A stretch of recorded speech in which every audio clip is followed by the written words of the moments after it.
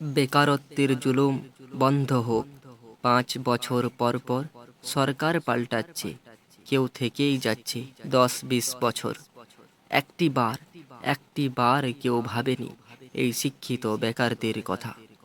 টাকা পয়সা আর ঘুষের বলে অযোগ্যদের যোগ্য হওয়ার ভাষণ আর কতদিন শুনতে হবে। বেকারত্বের জীবন বড়ই কঠিন, স্বপ্ন ভঙ্গের এক কঠিন অধ্যায় এই জীবন।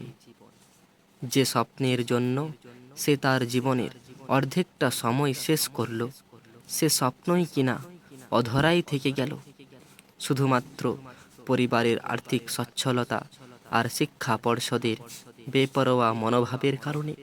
কথাগুলো শুনলে আপনার চোখে জল চলে আসবে, বুকের আগুন দাউ দাউ করে জ্বলে উঠবে। শুধু একটা জীবন এভাবেই শেষ হয়ে যায় না, শেষ হয়ে যায় একটা পরিবারের আশা, ভরসা, আর বৃথা চলে যায় একটা বাবার অক্লান্ত পরিশ্রম। বৃথা চলে যায় সেই পরিশ্রমী বাবার স্বপ্ন। আমি চাই প্রতিবাদ হোক, আমি চাই প্রতিবাদ হোক ভারত জুড়ে।